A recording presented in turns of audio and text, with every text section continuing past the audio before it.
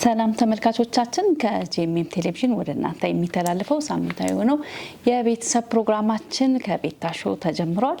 እንግዲህ በሁለት ክፍል ያዘጋጀነው ዝግጅት አላበቃም። ዛሬም ከፓስተር አሸብር ከተማ ጋር የምናደርገው ቆይታ ይኖረናል። አብራችሁን ቆዩ።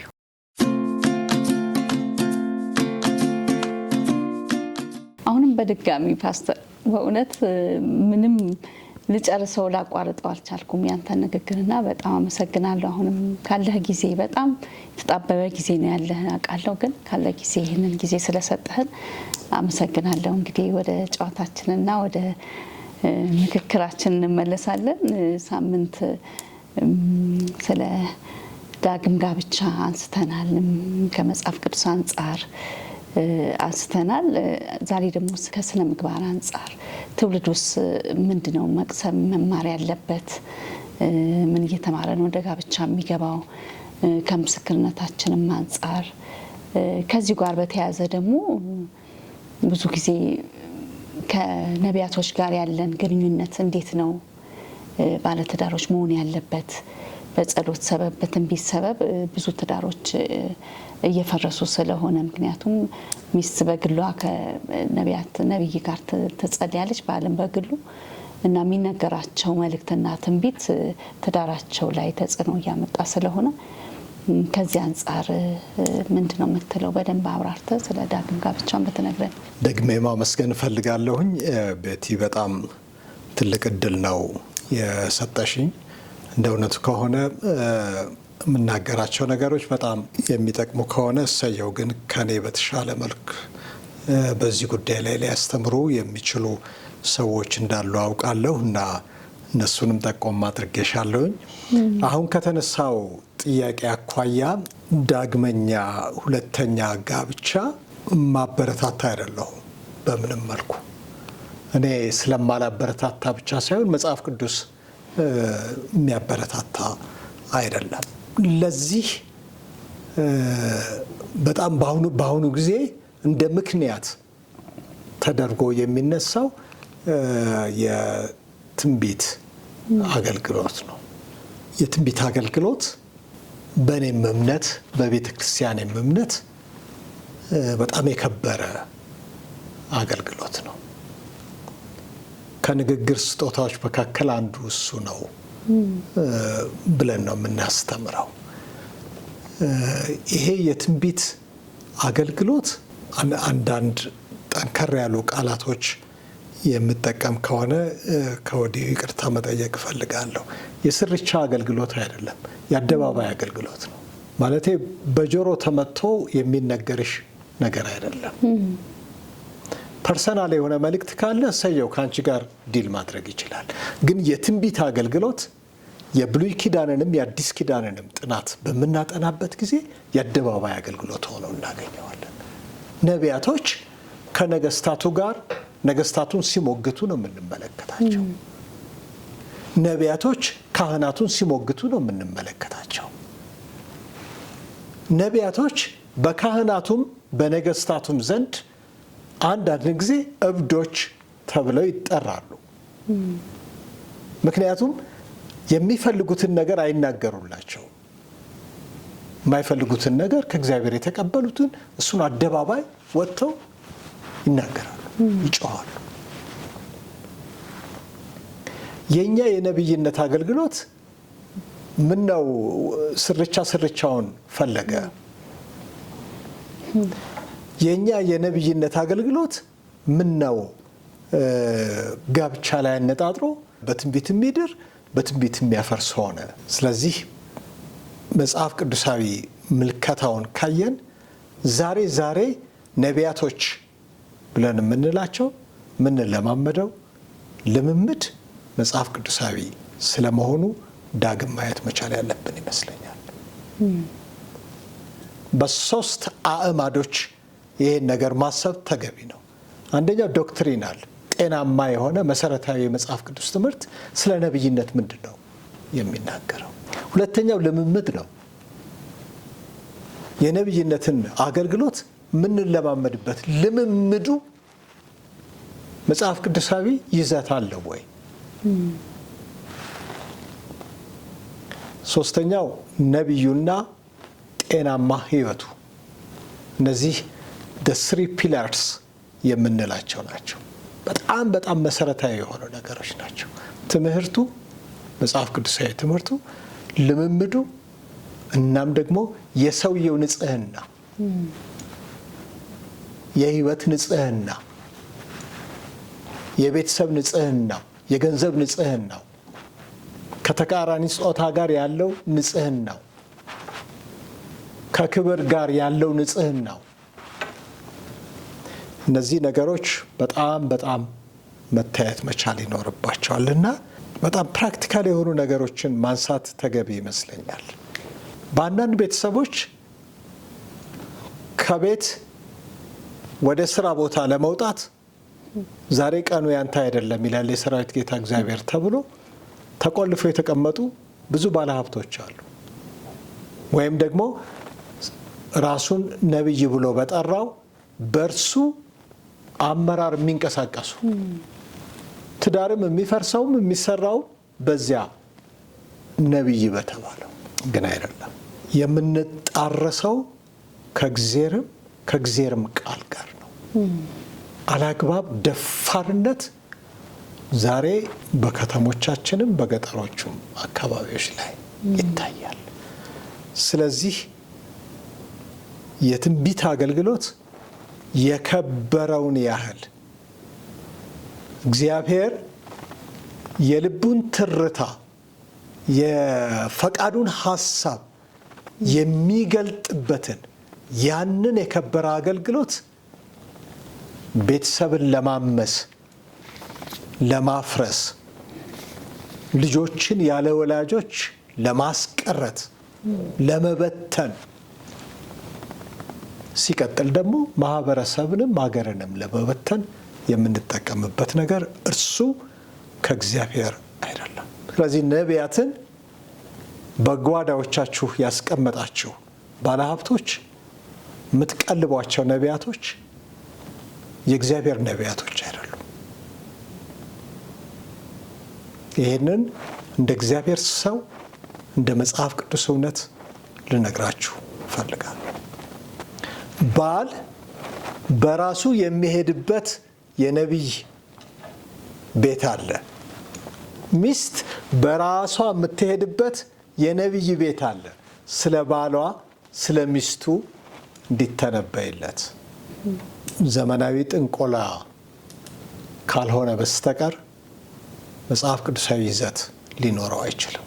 ስለዚህ ወደ መጽሐፍ ቅዱስ እውነት ልንመለስ ይገባል። በዚህ ምክንያት የፈረሱ ቤቶች ስፍር ቁጥር የላቸው። የተበተኑ ልጆች፣ ያለ አባት ያለ እናት የቀሩ ልጆች ስፍር ቁጥር የላቸው። ከፍተኛ ዋይታ፣ ከፍተኛ ለቅሶ አለ። በምሳሌነት ልናነሳው አንችልም። ዳግም ጋብቻ ለትውልድም የሚጠቅም አይሆንም። ወደ ጋብቻ የሚሄደውም አዲሱ ትውልድ በትንቢት ለመጋባት ነቢያቶችን መፈለግ የለበት። በክርስቶስ ኢየሱስ ክቡር ደም የታጠበ ሕሊና አለን። ሕሊናችንን ልንጠቀም ይገባናል። የሁሉ ነገር መመዘኛ መጽሐፍ ቅዱስ አለን። መጽሐፍ ቅዱሳችንን ልንመዝን፣ ለሚዛንነት ልንጠቀምበት ይገባል። በዕድሜያቸው ማቹር ያደረጉ አገልጋዮች አሉ፣ የቤተ ክርስቲያን መሪዎች አሉ። እነሱ ልንጠቀም ይገባል። እኔ በዚህ አጋጣሚ የማታውቁት ሰው፣ የማያውቃችሁ ሰው እንዲተነብይላችሁ አትፍቀዱ። የትንቢቱን ሶርስ ስለማታውቁት። ያ ማለት ግን የትንቢት ስጦታ የለም ማለት አይደለም። አለ። ይህ ስጦታ የከበረ ስጦታ ነው። እንዳልኳችሁ ነው። ከንግግር ስጦታዎች ከልሳን ትርጓሜ ጋር አብሮ መሄድ ትንቢት፣ የንግግር ስጦታ፣ የከበረ ስጦታ እግዚአብሔር ለሕዝቡ መታነጽ የሚጠቀምበት እንጂ ለዕለት ጉርስ እና ለዓመት ልብስ የምንጠቀምበት ያልሆነ። ይህንን ስጦታ አግባብ ባለው መልኩ ልንጠቀምበት ይገባል። በተለይም ደግሞ ከቤተሰብ ምስረታ አኳያ እባካችሁ ደግሜ እንደ አንድ አገልጋይ ልነግራችሁ ልመክራችሁ የምወደው ጋብቻ በትንቢት አይመሰረትም በእግዚአብሔር ቃል እንጂ። ስለዚህ ቤተ ክርስቲያኖቻችን በጋብቻ ጉዳይ ላይ ጥልቅ ጠንከር ያሉ ትምህርቶች የአንድ ወቅት ሳይሆን በተከታታይ ሰዋችን ሊማር ደግሞም እኮ በሌላ መልኩ ከተመለከትነው እኮ ቤተሰብ በክርስቶስና በቤተ ክርስቲያን መካከል ያለን ትልቅ እና ጥልቅ ግንኙነትን የሚያመላክት እኮ ነው። የሚገርም ነገር እኮ ነው። ሙሽሪት ለሙሽራዋ ራሷን ሸልማ ማዘጋጀት ኃላፊነቷ ነው። ጥልቅ ምስጢር ነው። ስለዚህ ይህንን ጥልቅ ምስጢር ጊዜያዊ በሆነ ርካሽ በሆነ ነገር ልንተረጉመው ባንሞክር ጥሩ ነው። ጌታ ይባርካችሁ። አመሰግናለሁ ፓስተር። በእውነት እኔ ጠያቂም አልመሰልኩ ዛሬ ትምህርት ቁጭ ብዬ የምማር ነው የመሰለኝና በጣም ደስ ብሎኛል። በጣም ነው የማመሰግነው።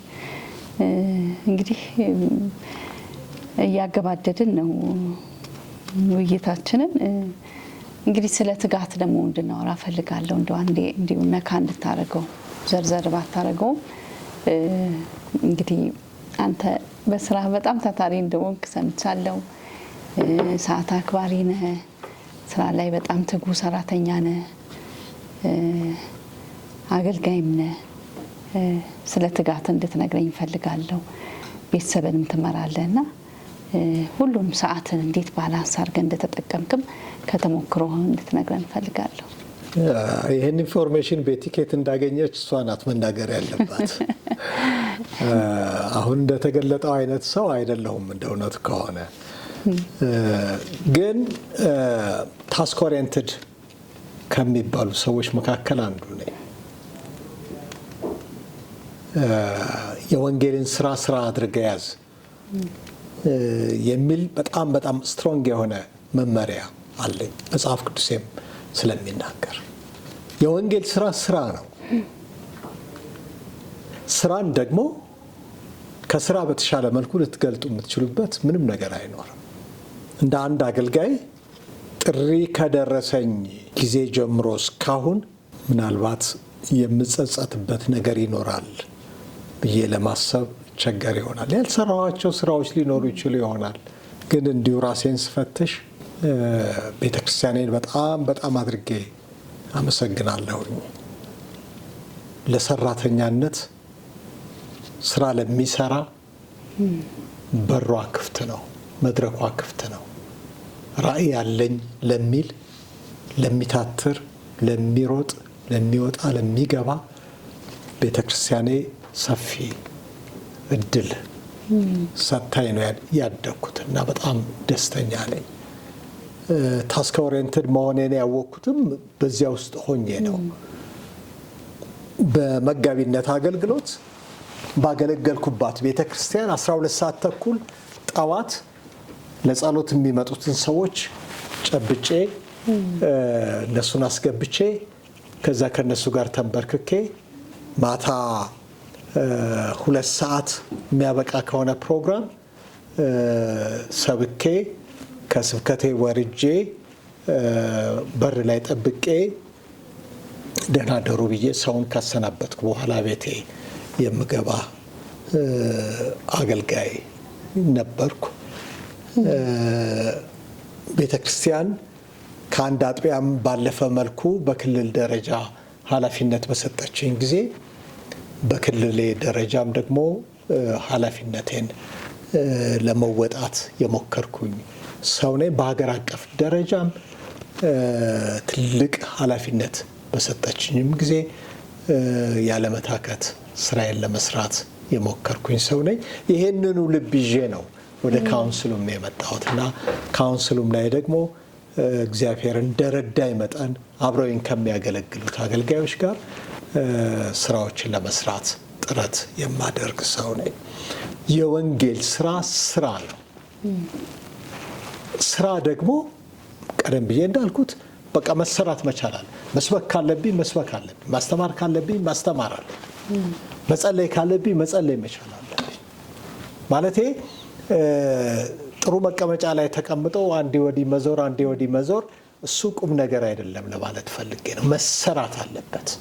ወንጌል መሰራት መቻል አለበት። ሌላኛው ደግሞ ቤተሰብ ነው። ይህንን እንዴት ሚዛናዊ ታደርገዋለህ? የምችለውን ያህል በስራ ቦታዬ ላይ ስራዬን እሰራለሁ። ወደ ቤቴ ስገባ ግን ስራ ይዤ አልገባም። በቤት ስገባ የሚጠብቀኝ ቤተሰብ ነው። የሚጠብቀኝ ጨዋታ ነው። የሚጠብቀኝ የምንመካከረው ነገር ካለ ምክክር ነው። ከቤተሰቤ ጋር ነው። የቤተሰቤ ሰዓት እሱ ደስ ይለኛል። ግን ያን ያህል በቤተሰብ ግንባታ ላይ ሰርቻለሁ አልልም። እሱ ትንሽ ድምፄን ቀነስ እንዳደርግ ያደርገኛል። ባለቤቴ ስትሰማ ይህንን ንግግር ምን ልትል እንደምትችል በደንብ አውቃለሁ እና ደስ ይለኛል። በተቻለ መጠን ጊዜን ባላንስ አድርጌ ለመጠቀም ጥረት አድርጌያለሁ። የተሻለ ነገር ባደርግ የተሻለ ነገር ሊሆን እንደሚችል አውቃለሁኝ። መቼ ይሆን ብዬ የምናፍቃቸው የቤተሰብ ጊዜያቶች አሉኝ። ከቤተሰቤ ጋር የበለጠ ጊዜ ማሳለፍበት ልቤ የሚናፍቃቸው ፓይፕላይን ውስጥ የገቡ መጽሐፎች አሉኝ። እነዚህ መጽሐፎች ጽፌ ማበረክትባቸው ጊዜያቶችን እናፍቃለሁ። አሁን እንደምሆነው አይነት ነገር ሳይሆን አረፍ ብዬ ቤተሰብ ግንባታዬንም የምጽፋቸውንም ነገሮች ጊዜ የምፈልግባቸው የምናፍቅባቸው ነገሮች አሉ። መነሻዬን አሁን እዚህ ልድገመው፣ መማርም የምፈልግባቸው። ቆይ ምንድነው የምትማረው የሚሉኝ ሰዎች አሉ እና እኔ ማስተምረው ሁሌ ራሴን አፕዴት ለማድረግ ነው። ወይ እኔን ማስተምረው ወይም የምማረው ራሴን አፕዴት ማድረግ መቻል አለብኝ። ሁሌ የሚበላ ነገር መኖር መቻል ይኖርብኛል። አንዳንድ ጊዜ አንዳንድ ስብከት የቋንጣ ስብከቶች አሉ። የሚገርምሽ ሰዎች እኮ ያውቁናል እኮ። አሁን ሰላምታ ሰጥቼ አሁን እኔ ምናምን ብዬ ስጀምር ፓስተር አሸብር የዛሬ ስንት ወር ነው ይህን ነገር ቆይ እስቲ ጥቅሴን አይ በቃ ያብቁታል። ስለዚህ ወጣቶቹ ቻት ማድረግ ይጀምራሉ። ምን ፓስተር አሸብር እኮ ስብከቱን ጨርሷል ብሎ ለጓደኛው ይልክለታል። ጓደኛው በቃ ምን ይደረግ እባክህ ሌላ ቦታ እንሂድ። ከዛ በኋላ እኔ ምን ወጣት አለና ነው ዝም ብለው ከቤተ ክርስቲያን የሚሮጥ ነው እላለሁ። ግን አይደለም። ኖ ራሴን አፕዴት ማድረግ መቻል አለብኝ። ለራሴም ለማገለግለው ግን በአብላጫው ለራሴ። ስለዚህ የምማርበትንም ጊዜ ደግሞ ናፍቃለሁ። በጣም ደስ ይላል። እንግዲህ ስራህ ደግሞ ከዓለም አቀፍ ሰዎች ጋር ግንኙነት አለህና ከነሱ ስለ ቤተሰብ ምን ተሞክሮ አበጀህ? ለእኛስ ምን የምትነግረን ነገር አለ? እሱን ትገልጽልንና መጨረሻ ደግሞ የምታስተላልፈው መልእክት ካለ። የውጭ ግንኙነት ስራዬን ወደ ካውንስሉ ከመጣው በኋላ ብቻ አልነበረም ምሰራው። በቤተ እምነቴም በዋነኛ ኃላፊነት ላይ በነበርኩበት ጊዜ ይህን ስራ ስሰራ ነበር። ተርሜን ጨርሼም ደግሞ ወደ መጽሐፍ ቅዱስ ኮሌጃችን ሽፍት ባደረግኩበትም ጊዜ በዚያም ደግሞ ግንኙነቶች ነበሩኝ። አሁን ደግሞ ስፔሲፊክ በሆነ መልኩ የዓለም አቀፍ ግንኙነቱን ዳይሬክት አደርጋለሁኝ። ከቤተሰብ አኳያ ጥሩ ነገር ማንሳት ተገቢ ነው። ባለትዳሮች አብረው ያገለግላሉ። በጣም ደስ የሚለኝ እና ቻሌንጅ የሚያደርገኝ አንዳንድ ጊዜ አገልጋዮች ስንሆን ሚስቶቻችን አብረን የእግዚአብሔር መንግስት ወራሾች መሆናቸውን እንኳን ለማሰብ የምንቸገር ይመስለኛል። ግን ከዛ በዘለለ መልኩ ለምንድን ነው የእግዚአብሔር መንግስት ወራሾች ብቻ የሚሆኑት? ለምን የክብር ተሸላሚዎች፣ ለምን የክብር አክሊል የሚሸለሙ አይሆኑም? ወደዛ ደረጃ ማብቃት አንችልም ወይ ሚስቶቻችንን፣ የትዳር አጋሮቻችንን? ዋይ ኖት ለምን አናደርገው? እኔ ልናደርግ የምንችልበት አክሰሱ ያለን ይመስለኛል። ይሄንን እኔ ከነጮቹ ማየት ይቻላል። ለማሰልጠን ኢንቫይት የማደርጋቸው መሪዎች፣ አገልጋዮች ከሚስቶቻቸው ጋር ይመጣሉ። አገር አቋርጠው ይመጣሉ እኛን ለማሰልጠን፣ በኢትዮጵያ ያለችትን ቤተክርስቲያን ለማሰልጠን። ማለቴ የትዳር አጋሮቻችንን በዚህ ደረጃ ሊፍታፕ ልናደርግ አንችልም ወይ?